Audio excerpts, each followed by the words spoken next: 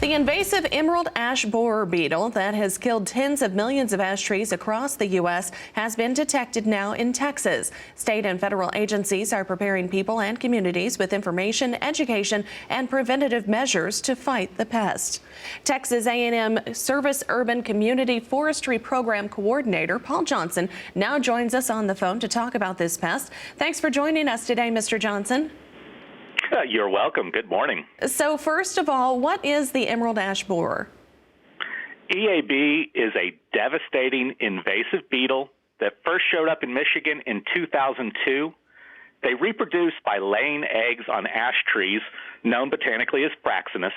Those eggs hatch, and the larva tunnels down into the tree and feeds on the living portion of the tree just underneath the bark, and that feeding can girdle and kill the tree. So what has been the impact of this pest from, as far as what it's destroyed as well as the economic standpoint? Oh, they've been absolutely devastating. As you said, millions of trees across the country. Essentially, almost every ash in the area that's affected will die unless they are treated and protected. So now, go ahead, I'm sorry. Oh, that's okay. These trees do a lot of great things for us. We know the basics. They clean the air, they cast shade, increase property value. But one of the most interesting is the connection between trees and human health. Dr. Jeffrey Donovan with the U.S. Forest Service has done some really interesting research. The loss of all of these trees in the Northeast has produced a really unique opportunity to look at public health data before and after the tree loss. His research shows that infant birth weights have gone down, incidence of cardiovascular and lower respiratory disease have gone up. Trees really are key to human health.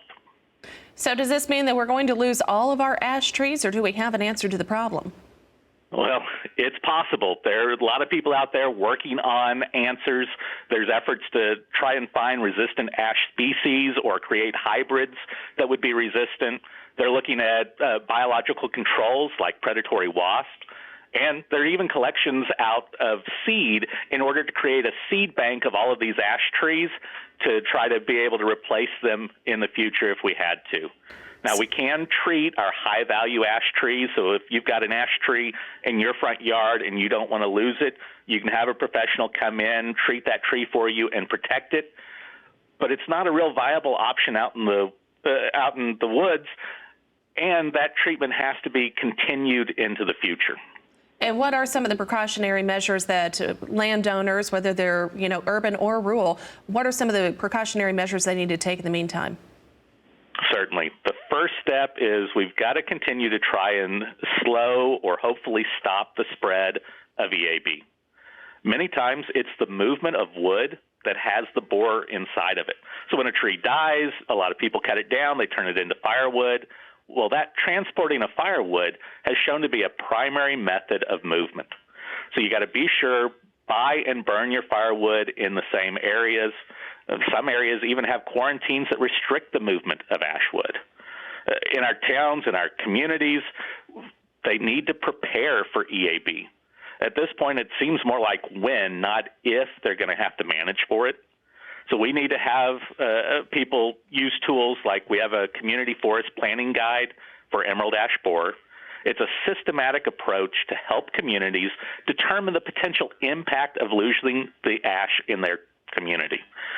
There are impacts from needing to remove the infested trees to protect people. Those trees that have been killed by the pest are more likely to fail.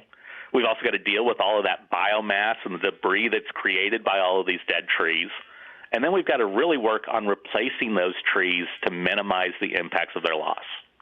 Well, Mr. Johnson, Oh, you bet. Well, thank you very much. Again, Paul Johnson. He is a Texas A&M Forest Service Urban and Community Forestry Program Coordinator, taking time to talk to us today about the emerald ash borer and preventative measures that we can take to help prevent the spread of the deadly pest.